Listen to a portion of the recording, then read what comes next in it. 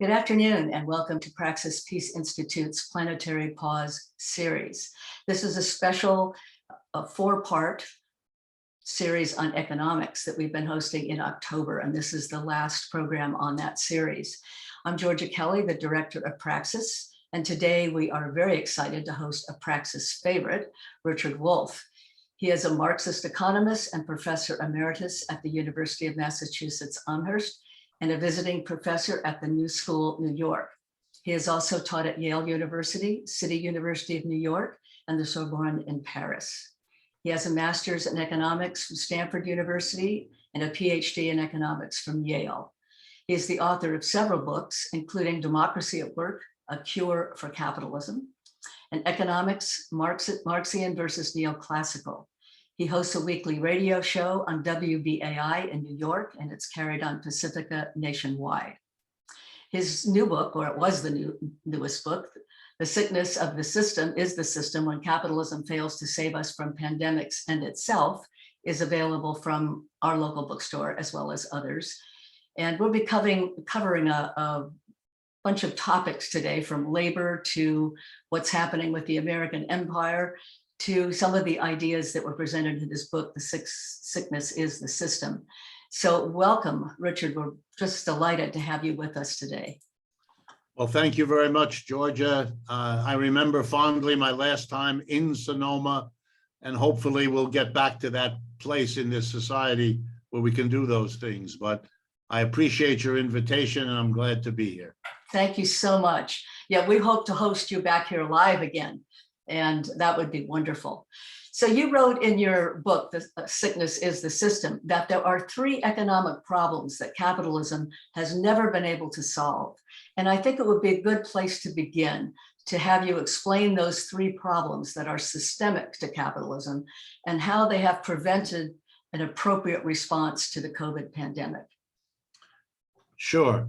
I should say before I start my answer that to find flaws or faults or inadequacies in capitalism doesn't mean anything all that extraordinary, or let me be better able to say it shouldn't. Every economic system that the human race has involved itself in has had people who think it's wonderful and think it should last forever, and people who are critical and don't think it should last forever, and who believe that the human race could do better. I mean, for a while, people lived in little villages in a very primitive way. They didn't want to stay that way, and they found ways to change those societies. It wasn't that those societies were all terrible. It wasn't that they were all wonderful. They were mixed, and people thought they could hold on to the good parts and do better in overcoming the bad parts. And the same is true of slavery, and the same is true of feudalism. And there's no problem, or there shouldn't be, in making the same comments about capitalism. But we all live in the United States. I've lived all my life here. I was born in Ohio, and I have lived and worked in this country all my life. So I know, and I can tell from some of your gray hairs like I have, that you've been around a long time too, and you know as well as I do that thinking about what's wrong with capitalism has not been, how shall I put it, a favored activity of people. It gets you into trouble. It makes people look at you in funny ways. If they're really nasty, they call you all kinds of names, all the rest of it. And so for me to say, in answer to George's perfectly good question, here are some of the flaws and failures of capitalism, really shouldn't surprise anyone that we have those problems, but maybe it would be useful to kind of focus in on what they are and then connect them to COVID. All right, so here's the first one in no particular order. Capitalism is an extraordinarily unstable economic system. What do I mean? Wherever capitalism has settled in as the economic system, and that we usually start that around the 17th century in England and spreading from there to the rest of Europe, and then eventually to the whole world. Capitalism as a system, wherever it has settled, has had a history of economic breakdowns. They have a whole host of names: crash, boom bust, recession, depression, business cycle. I could go on. Lots of names, all for the same thing. This peculiar quality that every 4 to 7 years, that's the average, this system tanks. Suddenly, large numbers of people are thrown out of work. Suddenly, large businesses of all sizes go belly up or contract. Suddenly, the government, which needs more money in these downturns to help people get through them, discovers it has less money because everybody unemployed and all businesses collapsing mean there's less taxes being paid into the government. So the system crashes every 4 to 7 years and then hobbles itself in terms of the government helping to get us out. As I explain this to my students, I conclude with the following line, which they seem to enjoy. If you lived with a person as unstable as capitalism, you would have moved out long ago. So capitalism is very unstable. And over the decades, everything in the world has been tried to overcome this instability because capitalists too are frightened by it. They don't want the economy to fall apart every 4 to 7 years. That's not good for business either. So here we are in a society where almost everyone agrees these periodic downturns are terrible. We don't want them, and yet we suffer them. And all these smart people, including a very famous British economist who developed a whole new economics to deal with the instability. His name, John Maynard Keynes from England. Despite all these brilliant people trying every which way to overcome this problem, we haven't done it. The system's intrinsic instability is as present with us as it ever was. Just to give you an illustration, we've had 21 years of this new century. Let's review the crashes. In the early months of 2000, we had something called the dot-com crash. You may remember it. In 2008, we had the subprime mortgage crash. You may remember that. And in the year 2020, we had the COVID-19 crash. You surely remember that. 3 crashes, 21 years, right on schedule. Every 4 to 7 years, the system tanks. This is not a virtue. This is a flaw. This is a failure. This is a quality of this system that any rational person would take to heart as a serious defect. But it's only one. I got 2 more to go. Here's the second one. This is a system that systematically breeds inequality. And there's 100 ways for me to say this to you, but let me give you a few. The richest 1% of the American people has more wealth, if you add it up, than the bottom 90%. Let me just do that again. The top 1% has more wealth than the bottom 90%. I could do the same thing on a global scale because capitalism is a global system and global inequality is just like America. I mean, not the exact numbers, but roughly the same as US inequality. In 1945, at the end of World War II, the United States was a less unequal society than Europe. Today, we have the dubious distinction of having reversed all of that. We are now the most unequal society in the advanced capitalist world. It's an extraordinary development. We have, over the last few weeks, witnessed what is really kind of stunning. The American people, millions of them, were mesmerized when the 2 richest men in the US, Elon Musk and Jeffrey Bezos spent tens, maybe hundreds of millions of dollars in order to fly for 8 minutes or so in a rocket ship. This is at the same time that roughly 40 million Americans are anxiously wondering where they will live when the ban on evictions that has saved them expires, and the brilliance of our system, on Halloween night is when it expires.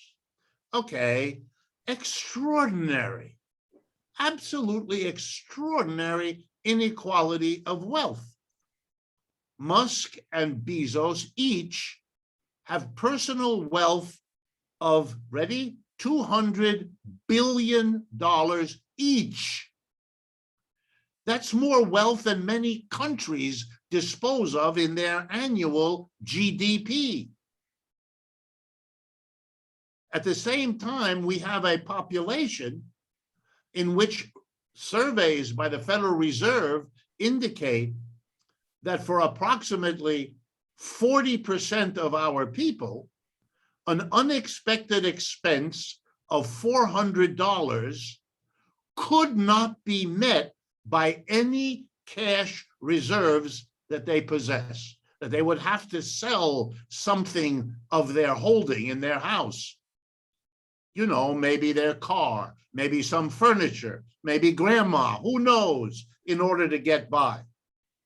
And for an unexpected expense of $1,000, more than half the population of this country cannot do it without selling assets. That is, they have no bank account, no savings account, no anything. This is absolutely extraordinary. But here is perhaps the most extraordinary part. Inequality has been growing without interruption for at least the last 40 years, 40. During that time, a growing number of people have commented, and these are people who are very wealthy themselves, that this is an unsustainable reality, that this is not going to be tolerated by the American people. I could quote you many, but the most famous is the remark by Warren Buffett that he is outraged that his secretary has a higher rate of income tax than he pays on his income. Why is this going to be such a danger for the system? Because after World War II, in the struggle between the United States and the Soviet Union, the single most important defense of capitalism that was ever put forward was the notion that capitalism creates a middle class. It creates a standard of living that is the envy of the rest of the world, and that therefore it's like the famous tide that lifts all the boats. And so capitalism's justification was, yes, we are unequal, but we really take care of the mass of our people. A society that for half a century has defended and justified itself based on what I just said is in terrible danger if it suddenly pulls the rug out from under that middle class. And let me remind you that everyone from Donald Trump to Joseph Biden to Barack Obama and anyone else has run for office talking about the disappearing middle class and what they propose to do to save it or to reconnect it or something like that. They've all promised it, and absolutely none of them have ever done anything like it. So our inequality keeps getting worse. And that is dividing our society. It is causing levels of political dysfunction that we haven't seen in a long time, and that many of us thought had disappeared from American politics, but are now very much alive. The third, and the list is longer, but I'm going to be honoring George's request for three, and I don't want to take too much of our time. So here's the third one. It has to do with democracy. Democracy is something that the United States has been saying for a long time is definitional. We are a democracy. We refer to ourselves as a democracy. Well, I don't know about you, but if you look it up in the dictionary, democracy is usually defined more or less as follows. It's an arrangement in which people who are affected by a decision have the right to participate in making it. In other words, it's the opposite of autocracy, where some subgroup of the community is entitled to make decisions that affect everybody, but the people who are affected have no say, have no right to participate, right? We got rid, we, the human race, we got rid of monarchy and kingdoms some centuries ago because the kings were autocrats. They made decisions, like going to war, for example, that affected everybody, but nobody voted for the king. Nobody had any input into what the king did or didn't do. And we got rid of that, and we substituted a procedure, elections, representation, all of that, that was at least a step in democratic direction. Okay.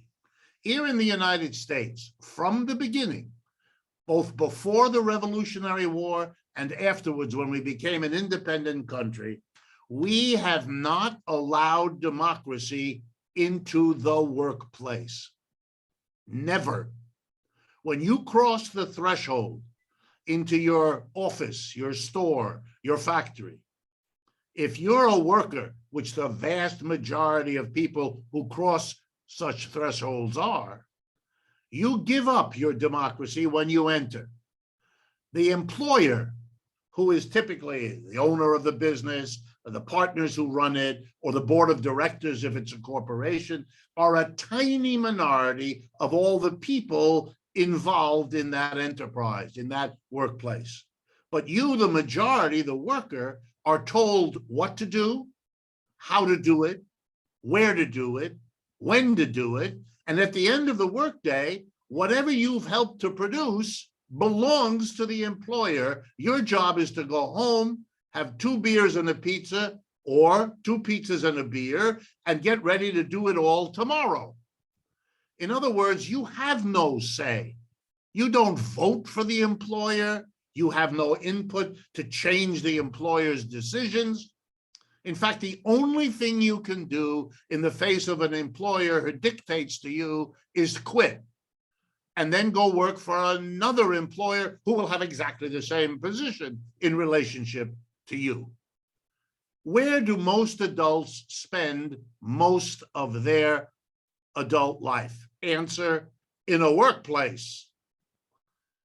So we're not talking about a small sliver of our people. We're talking about the vast majority. Spend 5 out of 7 days, the best hours of those days, in the workplace, which is a fundamentally undemocratic arrangement.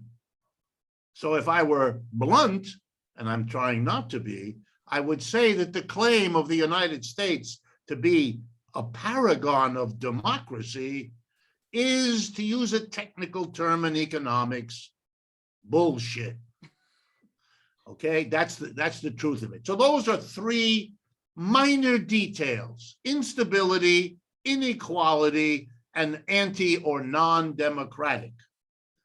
Once you understand that, it shouldn't be difficult to imagine that there are people who see these qualities and who reach the conclusion that the human race can do better than capitalism, and the only mystery is why they haven't already done that. Which brings me to the next question.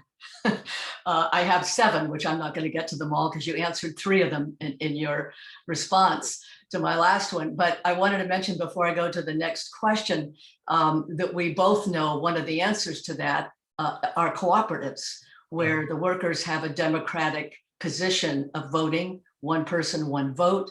And I know you've been to the Mondragon cooperatives in Spain. We're bringing another group there in May. And we have cooperatives all over the US. They don't get much press, though. This is unfortunate, but we do have them in Sonoma County and in the Bay Area as well, and they are democratically run. So I know you know about that, but I wanted to ask you, because this brings us up to what you said in your response, that right after World War II, we had the lowest level of inequality that we probably ever had in this country. But quickly on the heels of that, and the New Deal, which brought us to that level of equality, were the repercussions and the backlash, which came with the Taft-Hartley Act of 1947. And this was accompanied a few years later by the McCarthy witch hunts. How this all worked together in a way to completely roll back what happened in the New Deal, make socialism and communism words you wouldn't dare mention in polite society. So what do you see changing now with people like AOC, Bernie Sanders, Jacobin Magazine, all these different places where we hear about democratic socialism? How do you think that the people's impression of socialism is changing now? Well, first of all, it's a great question. And let me only add before I answer that I'm part of that too. I mean, here I've been a professor of economics all my adult life.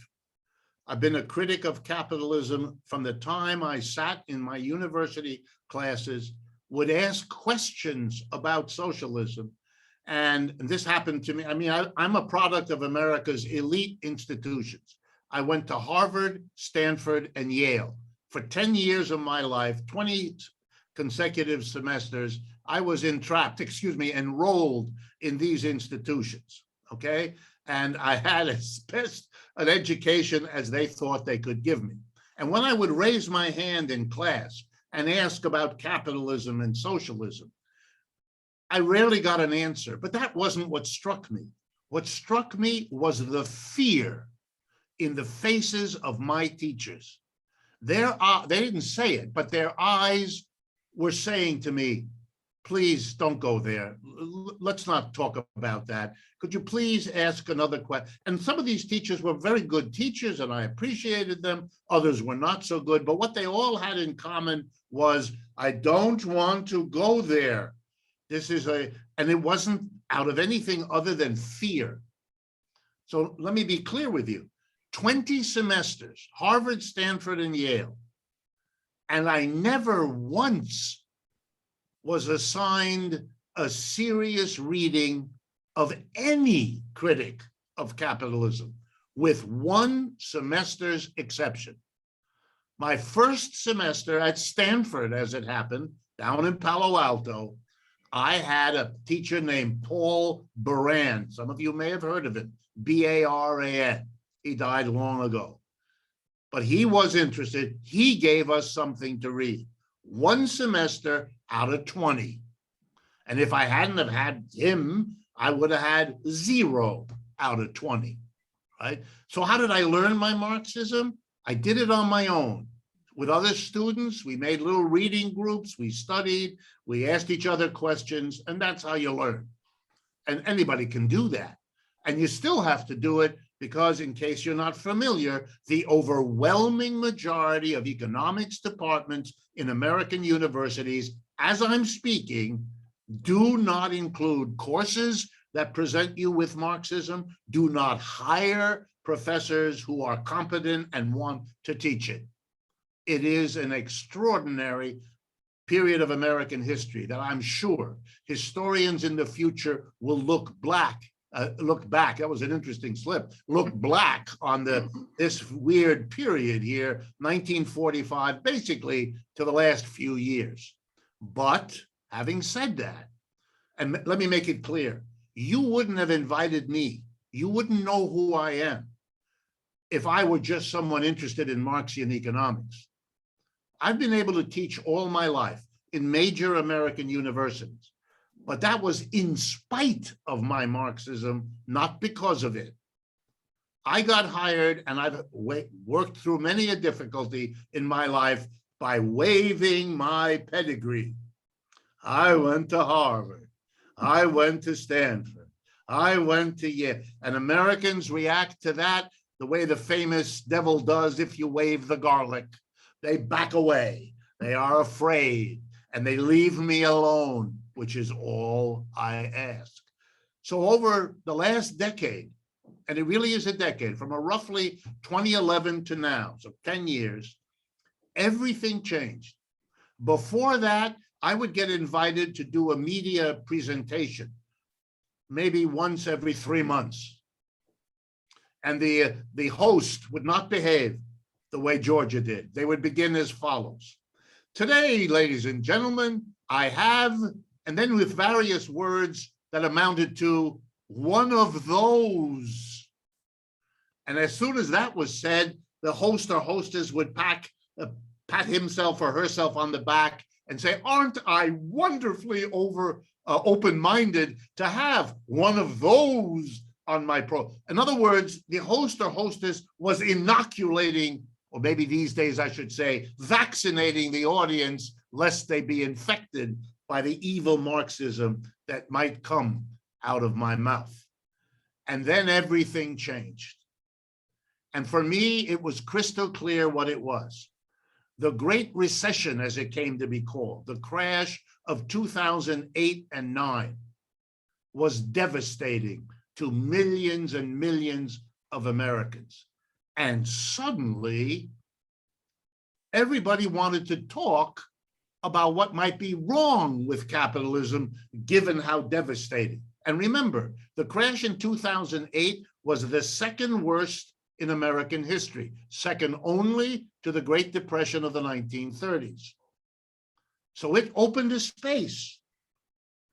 And instead of being invited to do media interviews once every 3 months, I currently do 4 to 5 per day. It is 7:30 here in Manhattan where I'm sitting, and you are my 5th and my final, thank God, today. Most of them lasting anywhere from the short 15 minutes on over to an hour and a half and everything in between. And you know, the interesting thing is, socialism is now a perfectly okay topic. Criticizing capitalism is something people ask me to do. They don't say, what would you like to talk about? And I come up with it. It's much better. They want to do it. I mean, it is a completely new world for people like me, as it is for Bernie and AOC and all of that. I am called regularly by a whole host of people who call themselves socialists and are running for office all over the United States and want me to help them write a pamphlet or advise them on an economic proposal they want to make, which I do. I'm happy to do. You know, I had relationships like that with AOC and with Bernie as well over the years, on and off. So we are all being carried by some very big shift in American life. None of us quite know what started it. We have our guesses. What we do know is that for 10 years now, and by the way, when this first started back in 2011, I thought it would be lucky if this continued for 6 months. Then I thought it would be lucky if it lasted a couple of years. Now I've relaxed into it. It's 10 years old, and there's no sign that it stops. Let me give you other indices. You all know what a YouTube subscriber is. If you go in there and you check the little box and you get notified whenever we put something up on YouTube. Well, we just crossed 250,000 YouTube subscribers for the channel that we operate. 250,000 people want to be notified every time we post a video. I do this weekly show that you can get everywhere in California, Economic Update. It is broadcast on 100 radio stations, and it goes out over 4 different TV networks, where it goes into 55 million American homes. A weekly dose of criticism of capitalism. What's going on here? You know, it's overwhelming. It's more than I can do. I can't do it as an individual. So the democracy at work is now a group. And we have to raise money to pay 2 full-time 2 half-time, and 2 contract workers, because it's 6 of us plus me that are now doing this work. And we just hired the 7th because we can't accommodate the invitations and the opportunities. So for me, here's what I think.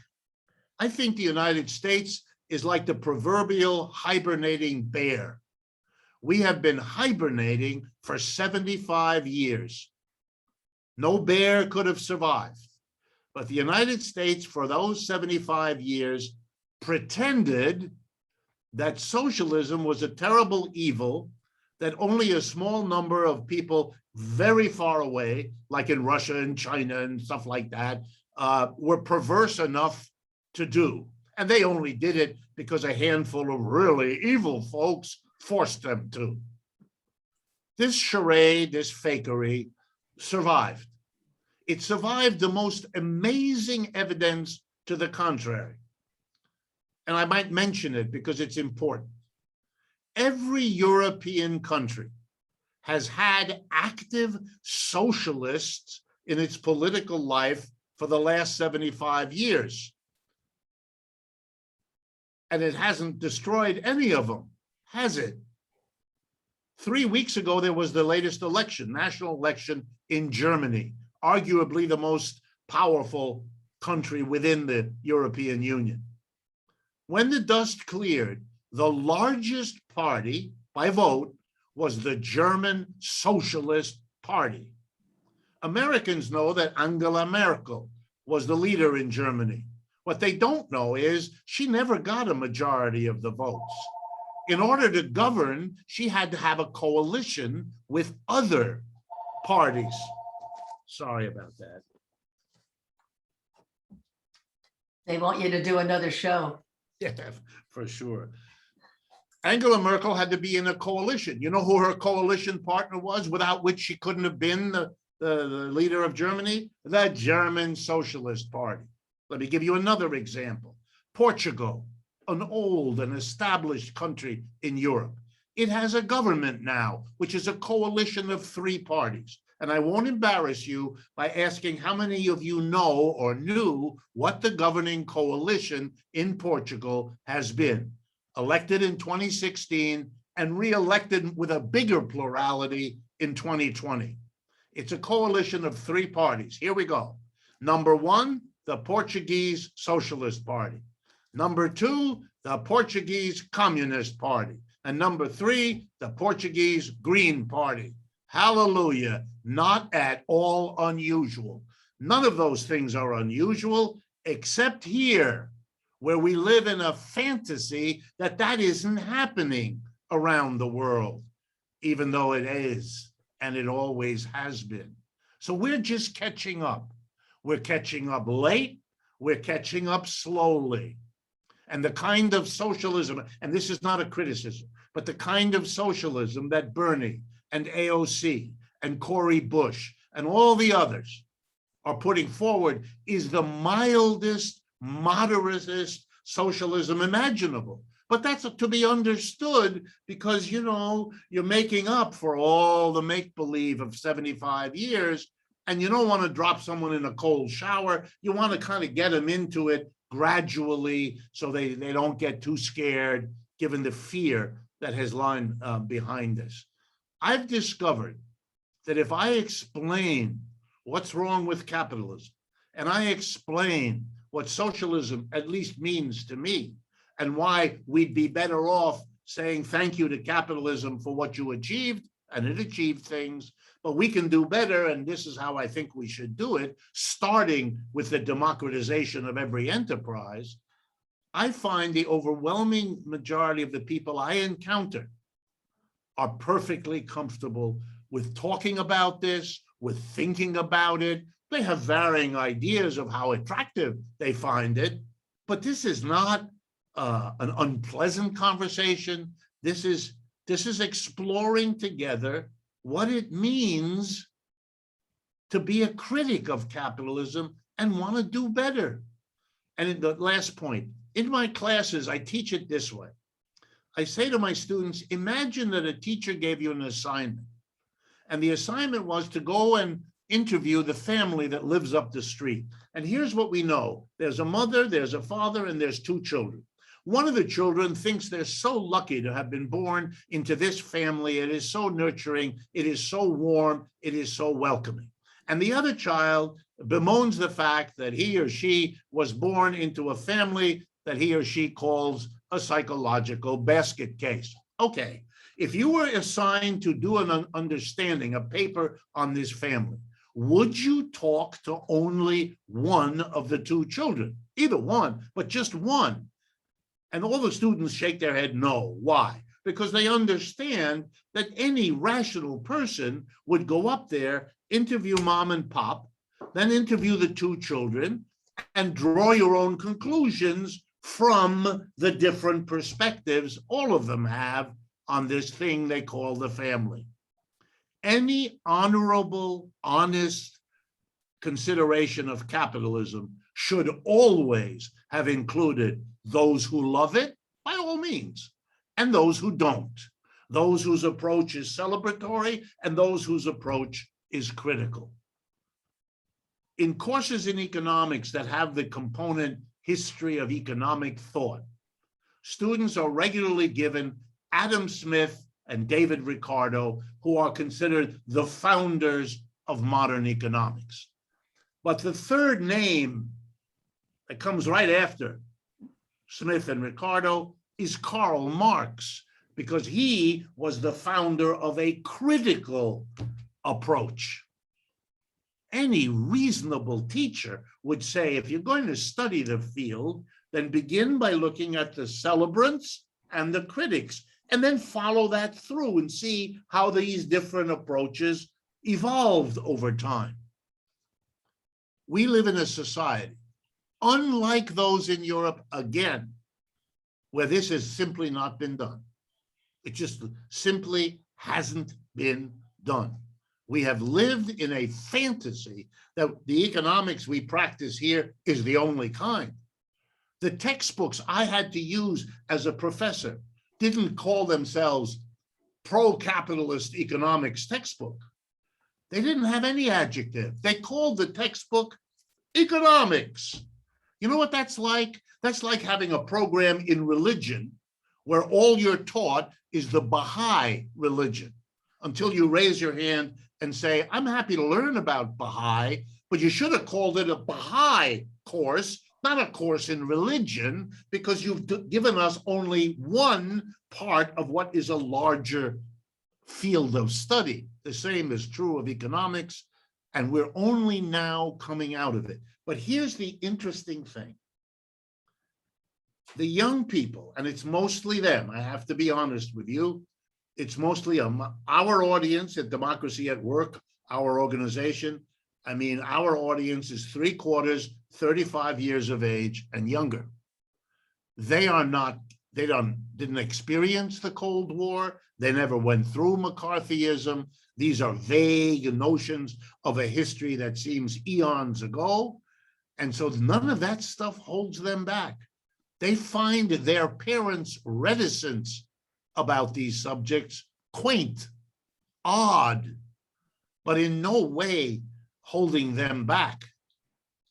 So I am here to tell you, not only do I have a bigger audience for what I do than I've ever had in my life. It's not just the quantity, it's the quality. When I first started out, if someone raised their hand and said, I have a question about socialism, 3 out of 4 times, they wanted to give me a speech about how Stalin killed people, or how Mao killed people, or somebody who was socialist killed somebody, which is they wanted me to know all about and talk to them about. Now, when the hand goes up and I want to talk to you about socialism, here's the basic question I'm asked. What is it? Why are all those conservatives bent out of shape against it? These are the right questions for me to be asked. So it's an extraordinary time, and I don't mind telling you that I am having the time of my life doing this. I never imagined that I would live long enough in this country to see what I am now in the middle of experiencing. It is a very heady process. That's why you have to live a long time, because there's a lot more decades that we have to be witnessing this and helping it birth. Yeah. One of the things that you mentioned that I think is so important, and I do want to go to audience questions shortly. You said you had to educate yourself about socialism and about the economics that wasn't in the acceptable realm of capitalist thought. And, you know, that's something I learned very young too. And what we had in conjunction with Stanford was the Free University in Palo Alto. And a lot of what I learned, in fact, I read Das Kapital to be in one of those classes. And it was way beyond me, you know, at that time, but it really helped frame other questions and ask things of people who were, you know, working in that field or teaching the Free University courses. And I think what we try to do today with Praxis is do the same thing as a Free University. These are constant teach-ins where people can learn more about thoughts we don't get in, not only in college, because we don't get them in a lot of courses, we don't get them in the mainstream media either. So that's what we try to do at Praxis, is educate about ideas that are out very often not given enough space, and to go deeply into them. But you know, it's not fair. It meant that people like me had to take time away from the curriculum that we were assigned, get ready to pass the exams we had to pass, to get our PhDs and all the rest. We had to make time, take it away from those activities which our regular fellow students focused on, in order to learn this other stuff for which there was no reward for other than what you learned, but there was no external kind of reward. But the end result is very rewarding, because I ended up knowing the Marxian position as well as the Neoclassical, that's the name of the mainstream economics in the United States, and the Keynesians. In fact, one of the books I wrote is a book that compares Marxian with the mainstream, with Keynesian systematically. And that book is now used all around the United States for teaching. It was published by the MIT University Press, which are very prestigious in economics, which is why we chose it. But the world is changing. Students want to learn this kind of stuff. And the opportunity for us is really, I have to say, extraordinary at this moment. And don't worry if you have young people that you can influence. Teach yourselves. You learn a lot more, just as Georgia just said. You learn a lot more than you think you do. Just like in the regular class, you learn a lot less than you think you do a lot of the time. And for me, I am very, very grateful that I had the students. You know, I don't know if I would have been able to do it all on my own, but having at least a half a dozen other students that would do it with me most of the time. You know, it's like getting to a class. If other people are there, kind of they depend on you, you on them, and it's a bit more of a discipline to do it. And you can do amazing things, and they will have big impact on you. My classmate at Yale, getting the PhD at exactly the same time that I did, was a woman, and there were very, very few women in the economics at that time. But you've heard of her name. Her name is Janet Yellen.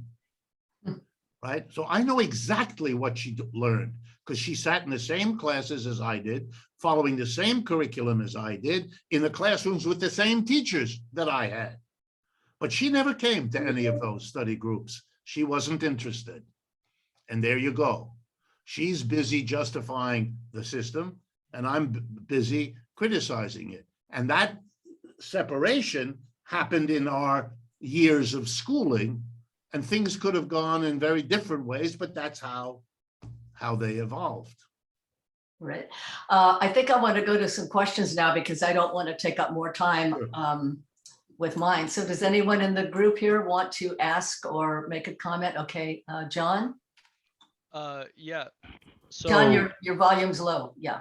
okay, yeah. So I just wanted to ask what you see the biggest, I mean, this is all very heartening as a young person who was always confused at my parents, you know, freaking out at ideas like handouts and oh my God.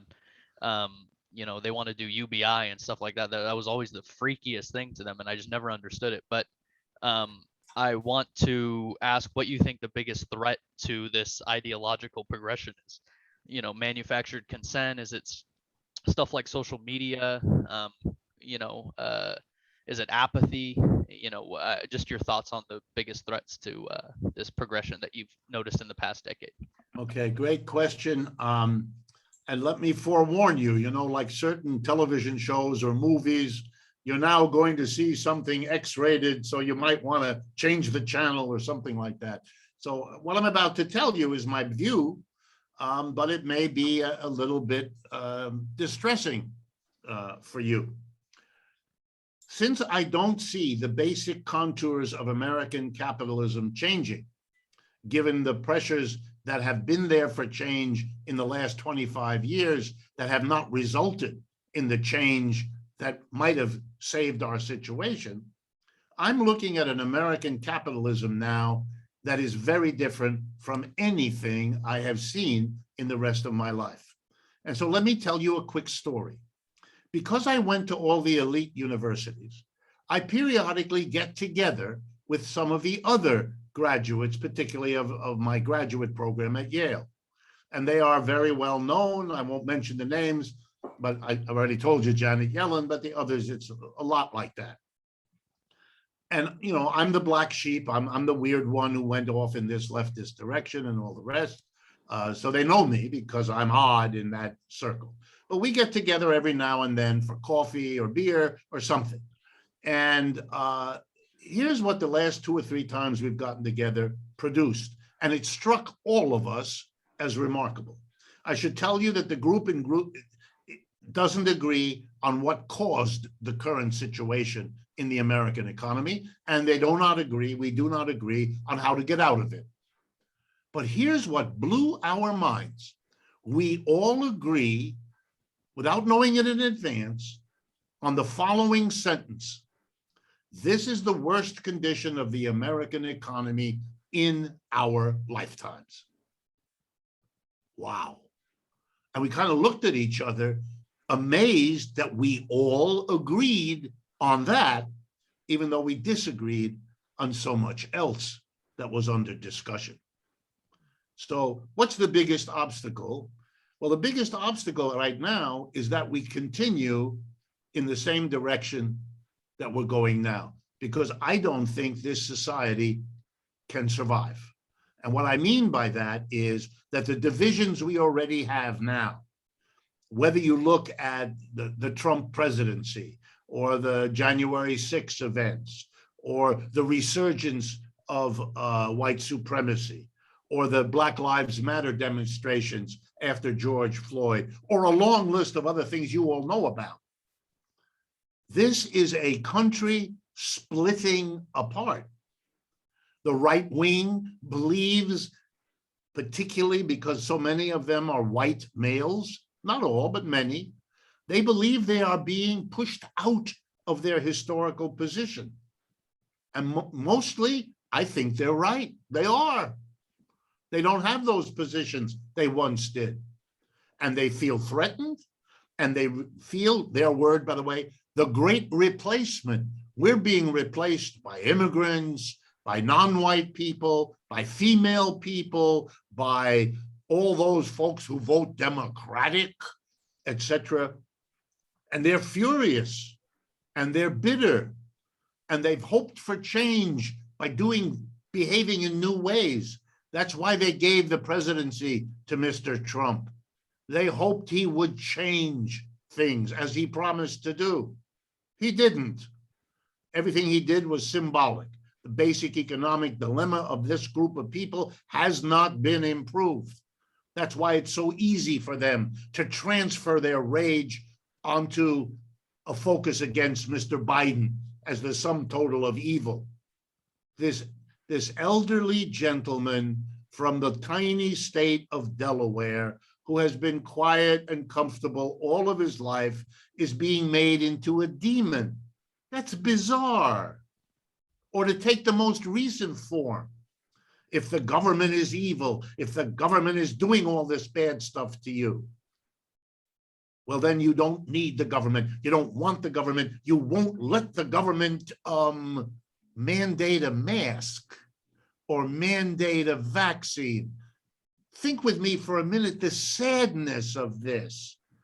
This is a symbolic act of no against whoever is destroying our life. Not wearing a mask isn't going to do anything about that. Not getting vaccinated isn't either. It's a desperate act of unhappy, abused people who don't know where to turn to understand what's happening to them, and so buy into what demagogic politicians will tell them about the evil government. If you want the best example, it's in England, it's not here. England has been ruled for most of the last decade by the Conservatives. The Conservatives ruled in England, which was much worse damaged by the crash of 2008 than the United States was. Real wages in Britain dropped by 10 to 15% in the decade after 2008, much worse than what happened here. The British working class was savaged. Wow. And what did the Conservatives do? It's the fault not of the government in England, because that was them. They wouldn't turn the rage of the people against themselves. But they had another government they could put in the bad seat, the Europeans. And so the working class voted for Brexit, voted to separate England from the continent for which it was a small, wet, cold offshore island. This doesn't solve a problem in Britain. The British economy is in worse shape now than before Brexit, which everyone, even their Trump clone prime minister, admits. Wow. Angry, bitter people strike out at whatever might be the cause of their problem. I don't see anything happening in the United States that changes that. The Trump phenomena continues, and it will, whether Mr. Trump is there or not. There are people waiting in the wings to be the next Trump. And you know most of them, Pence, Cruz, and you can go on from all of them. So I think that one of the biggest problems is the continuous impossibility of this capitalism continuing the inequality, which keeps getting worse, the instability, which has not been dealt with, and the splitting of the country, which makes it harder and harder. And last point, these are all symptoms of what historians tell us happens when empires end. And let me close with that on this point. The United States, and I say this to you as an economist, for the first time in a century, the United States has a real, serious economic competitor. You know, World War I ended that issue. The United States emerged top of the heap. The two potential challengers, Britain and Germany, had defeated themselves in that war. They were no match.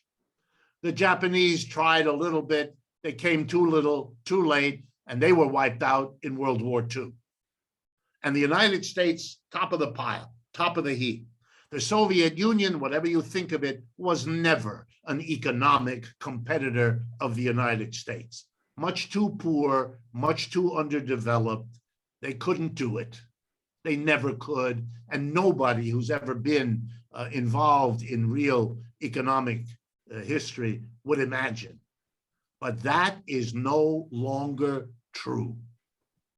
I am not arguing for or against, but the People's Republic of China is a new, real phenomena for the United States.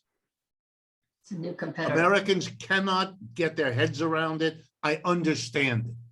Nobody wants to live in the empire when it's declining. It's a lot of fun when it's going up. It is not a lot of fun when it comes down. It's like certain drugs, a very different experience going up and coming down. Let me give you just a couple of examples so you understand.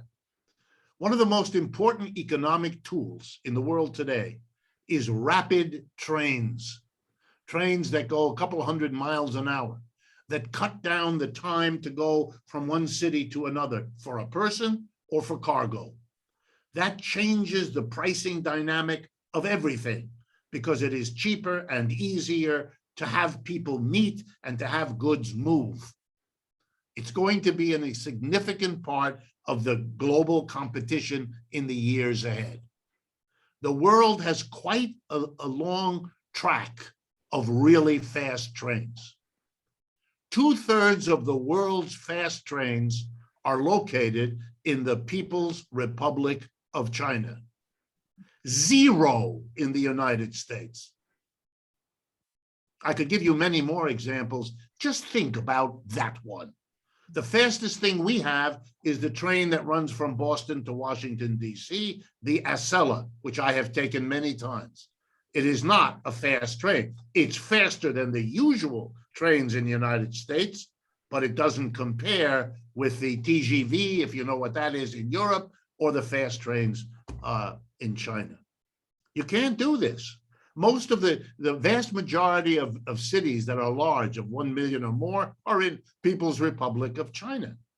They keep building cities before they move the people in, so that the cities are rationally organized in relationship to the transportation, in relationship to the different neighborhoods and different kinds of work that people have.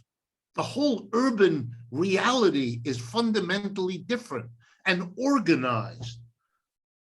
The Chinese have a government that mobilizes public and private capitalism, public and private enterprises to achieve priority goals.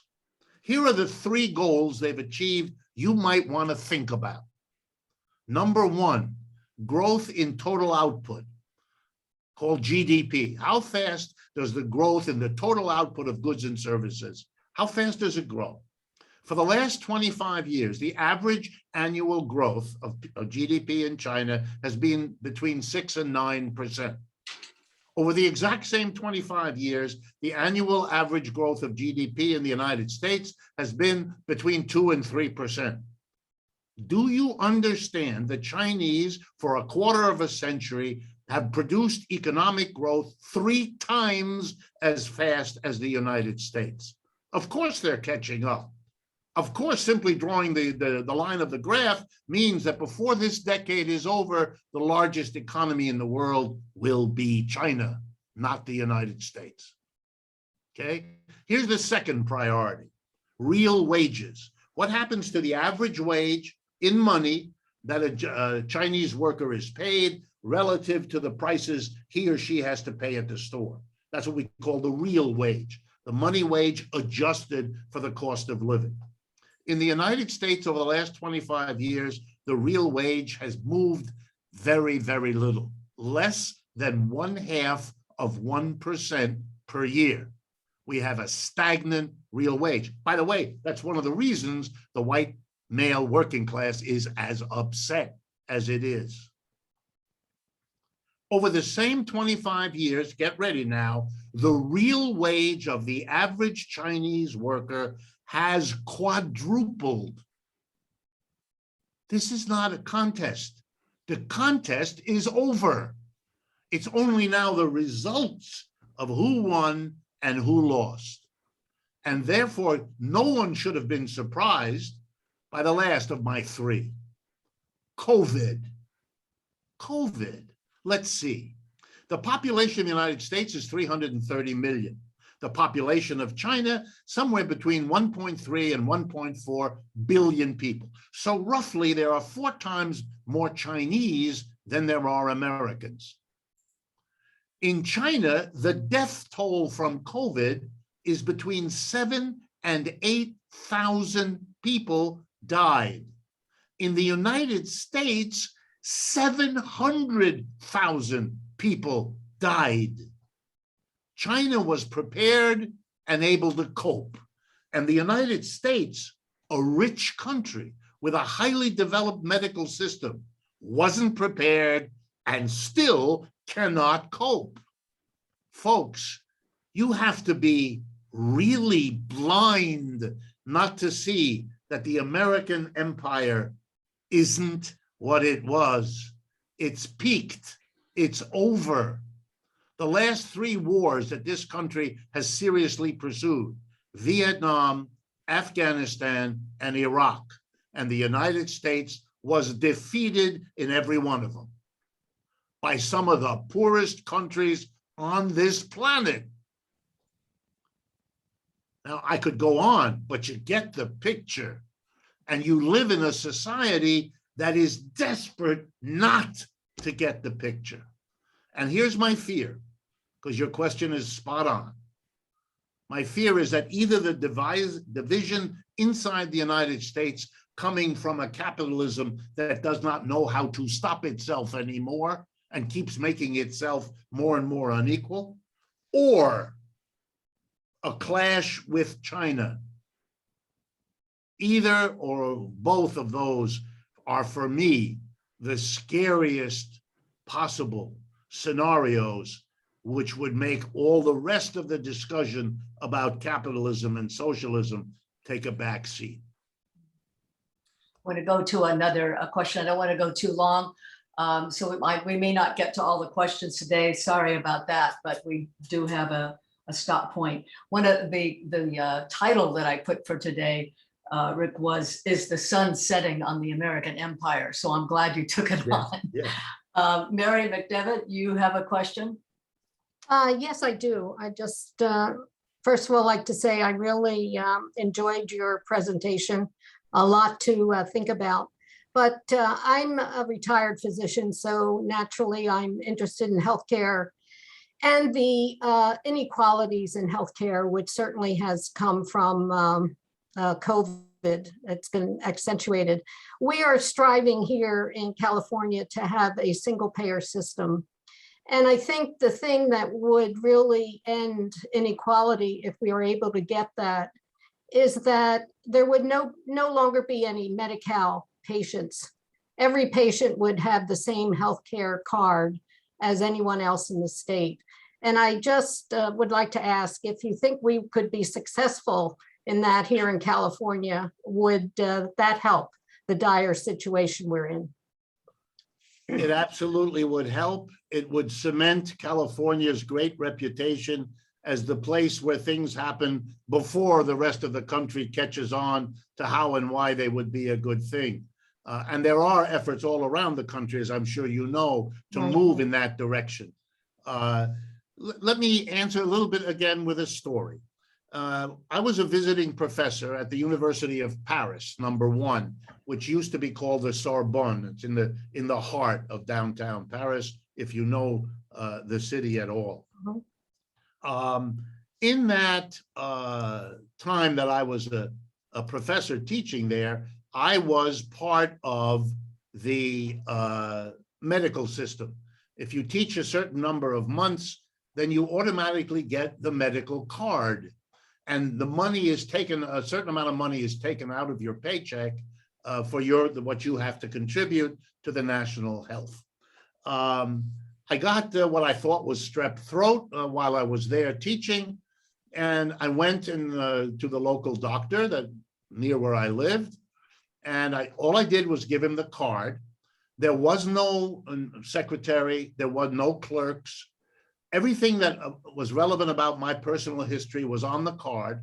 This was years ago. And he stuck the card, the doctor stuck the card in the machine. Up comes my entire history. He then tells me I have to go get a swab in my throat to test for the strep throat. And that's in a laboratory, they call them there. And it was down the street. And I went there. And again, no secretary, no clerk. A person comes out, gives me the test, and I'm informed a couple of days later, and luckily I didn't have it. But I started asking questions to these people. And I learned very quickly why the United States spends more on healthcare than any other advanced country. By the way, roughly twice the percentage of GDP paid in America compared to the people in France. They don't have all this record keeping. They don't have an army of medical people fighting with insurance representatives about every bill that can be argued about or debated, or 27 degrees of permission. None of that. You are on the medical system in France when you're born, and you go off it when you die. And whether you're employed or not makes no difference. Your access to healthcare is guaranteed, et cetera, et cetera. For wealthy people, there is a private system on top of the national health. And if you want, you can buy that. It's expensive. But the basic care, which is what most of the people I know, including professors at the university, rely on, is by everybody I ever spoke to, very, very acceptable. And indeed, something that in France, as in every country, even England, is untouchable politically.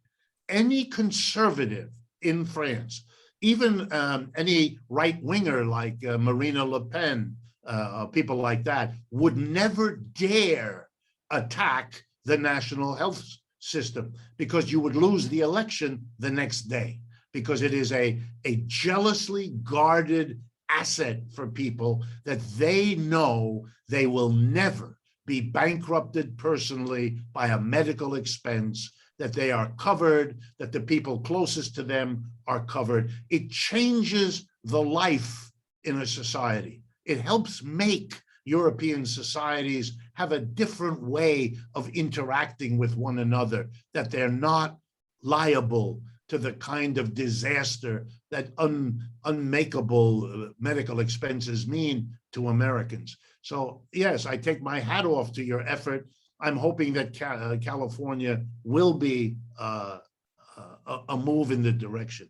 And as an economist, I have to tell you that we live in an economic system in which 4 industries have concocted what we call a group monopoly. And by that, I mean the doctors, the hospitals, the medical insurers, and the drug and device makers. Those 4 industries together operate a monopoly, forcing the costs and prices of what they do to be significantly higher than they are anywhere else in the advanced world, accounting for why we as a country spend such a larger percentage of our gross income on healthcare, and we don't have the best outcomes. Not even near that. We are mediocre. The last 4 years in which our longevity has been reduced are just the tip of the iceberg of a quality of outcome in healthcare that means we are spending more than everybody else, but not doing at all better than everybody else. And if you weren't in a monopoly, that would not be a sustainable situation. Really. Yeah, we're almost out of time, but Mike, you have your hand up. Well, yeah, no, I just want to say it was just, I mean, it was an incredible presentation. I mean, I don't have to say your passion is just out the roof. But you know, I just did want to ask, not you to have even time to answer this, but I was curious. You said the last 10 years for you, obviously, and I understand what you're saying. It's been a lot better. But and you say, and I agree with so much of what you said, of course. But you say in the last that all those 4 people that got together said that this is absolutely the worst time in American history. And I understand that. I'd like to know at some point why the markets keep going up for the last 12 years. They just keep going up and up and up and up for the last 12 years. If this is the worst time in history, I'm curious as to why that is. And also, how do we get out of the $20 million debt? How is it even possible? And is what you're saying also, I'm sorry to throw it all in, Marxism or socialism, I mean, are you saying that is the answer, and we're trying to create a world that's more Marxist, more socialist? I know that's a lot to throw out, but anyway, thanks. Yeah, it is. I don't even know quite where to start. Yes, I certainly want to. I'll start at the end. I want to put my cards on the table. None of you should have any doubt.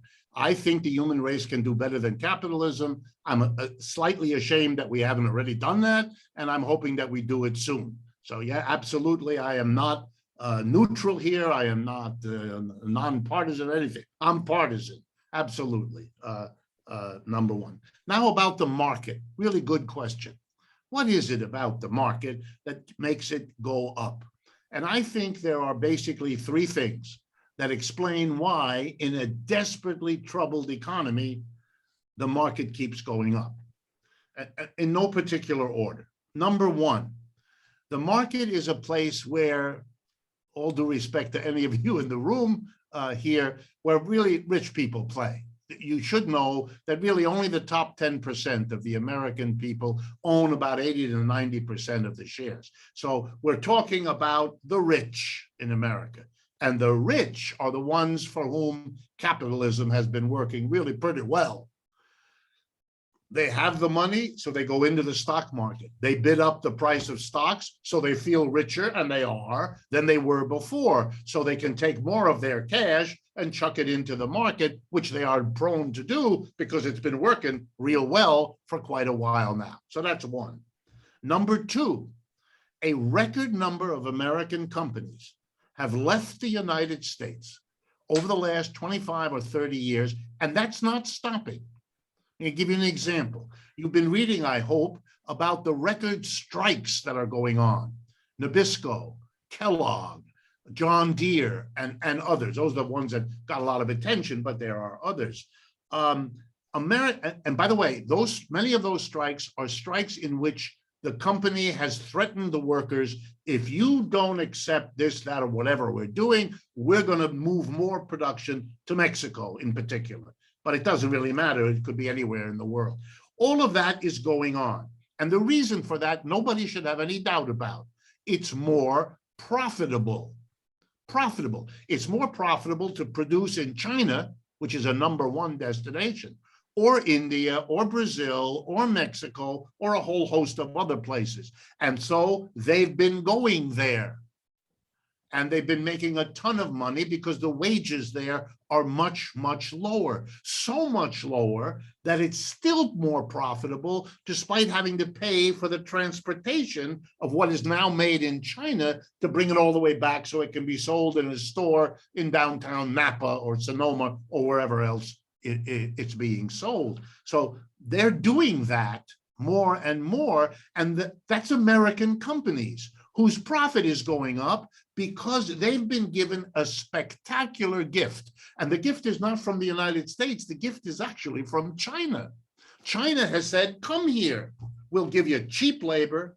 We'll give you a skilled, educated, docile, disciplined labor force, and we'll help you out in 27 different ways. This was an offer that was spectacular. And the business community responded. It took courage for the first company to shut their factory in Cincinnati and move it to Shanghai. But when the competitors realized how much extra profit they were getting, they all joined. And they've all been doing it, and they're continuing. So that's higher profits that show up in the attractive dividends these companies can pay and in the growth that they can invest in.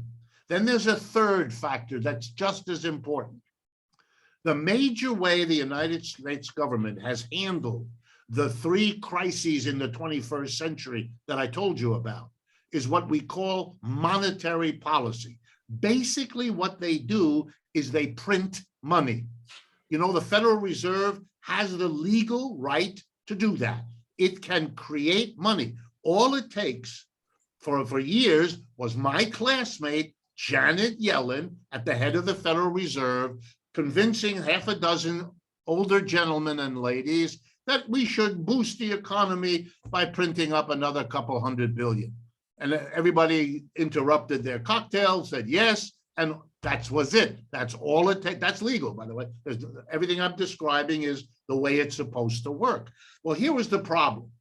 As American mass of people became less and less able to buy things, because now their wages weren't going up and they had borrowed more than they can carry as debt. Remember, we've had 40 years of mortgage debt, car payment debt, credit card debt, and the latest one, student debt. Americans are drowning in debt and they can't buy. So the extra money pumped in by the Federal Reserve didn't go into expanding the factories, because you couldn't sell the stuff you were producing already. The purchasing power of the United States wasn't there. So where did the money go? The only place that money could earn well was not in producing goods and services. It was in going into the stock market. Buy a ton of stocks, and hope that 2-3 months from now, someone just like you will be getting that new money from the Federal Reserve and will buy those shares from you at a higher price, hoping to do the same thing with a third gentleman 2 months later. It's a self-fulfilling prophecy. So you put all these things together and you have a stock market that celebrates that there seems to be no end to this process. Whenever that happens in economics, this story, as the comedian says, does not end well. This is a story of self-delusion about a ball that goes up and never comes down. When it comes down, it will do a wrecking job that will make 1929 or September of 2008 or March of 2020 remind us of what can happen. Only now with a real competitor and a Europe, and I haven't had the time to go in, a Europe deciding which way to go. France and Germany, countries I know real well, I've spoken those languages since I've been a child. France and Germany, the big discussion is whether to go with the US or to go with China. That's what they're talking about. The automatic lining up with the US, that's over. That was over already 5 years ago. But the effrontery of Mr. Trump took it right over the edge. And Mr. Biden doesn't seem to get it, so he's not fixing it, if it's even fixable. Yeah, we have the United Kingdom. China has Russia, but the rest of Europe is trying to figure out where to go. And the Germans, they're for sure not going to go with the United States. They cannot afford to be caught in the middle between the United States and China. And the future is China. The American business points the way. American businesses go to China. When you ask them, and there are surveys, and the results of surveys are written in the Harvard Business Review or any of the other places you go to. They go for two reasons. The labor is incredibly cheap and we can make a lot of money. But there's a second reason Americans don't want to think about. It's the market. The growth of the market inside China is the fastest growing market on earth. And every graduate of an MBA program at a business school knows that the successful company is the one laser focused on where the market is growing so that you can grow providing a growing market. China, having paid their workers more money, has created an incredible growing market for every conceivable kind of consumer good and capital good. So the companies are going to China not only to hire the workers, but to sell. General Motors produces more cars for the Chinese market than they do for the United States. I mean, how many more pieces of statistic like that will you need to get your head around the changes that are agitating just below the surface? This has been extraordinary. I'm sorry, I'm sure I've left out parts of your question, but those are the two that I could focus. Well, I've told the others that there wouldn't be time for their questions because we're running out of time. And I so appreciate the time you've taken with us and the detail in which you've answered the questions. It's extraordinary. And your energy is just incredible. It's very exciting. Good, good. Well, as I told you before, you only get this because of the gratification I get from the quantity and the quality of the audiences that I am treated to. It is incredibly gratifying, and I'm not the kind of person who would say that. I'm not being polite or anything else. I'm telling you how the world presents itself to me, and while I'm tired, I'm also terribly pleased that I had 5 occasions today in front of TV cameras and everything else to make these kinds of arguments. And unlike what I did most of my career as a professor, where I had to dance around the things I had to say so that the language I used wouldn't freak out my audiences, I don't have to do any of that. Whatever fluidity you felt or heard in my delivery, I don't have to choose my words. I can say it the way I see it and feel it, and the audience gets it. They may not agree, but they get it. This is not scary. This is not what it was most of my life. Well, it's been so exciting to hear it, and I can't wait, Rick, until we can invite you back in person in Sonoma and have you stay here a few days. All right, I will. And I can tell you, when I finished my stint at Yale, my wife and I, we had a long conversation, and part of us wanted to go and live in San Francisco area, in the Oh, Bay that would be Area. so And exciting. we almost did. Then we stayed in the East where we both came from. But if there was any other place in this country that we were living in, it would be up there with you.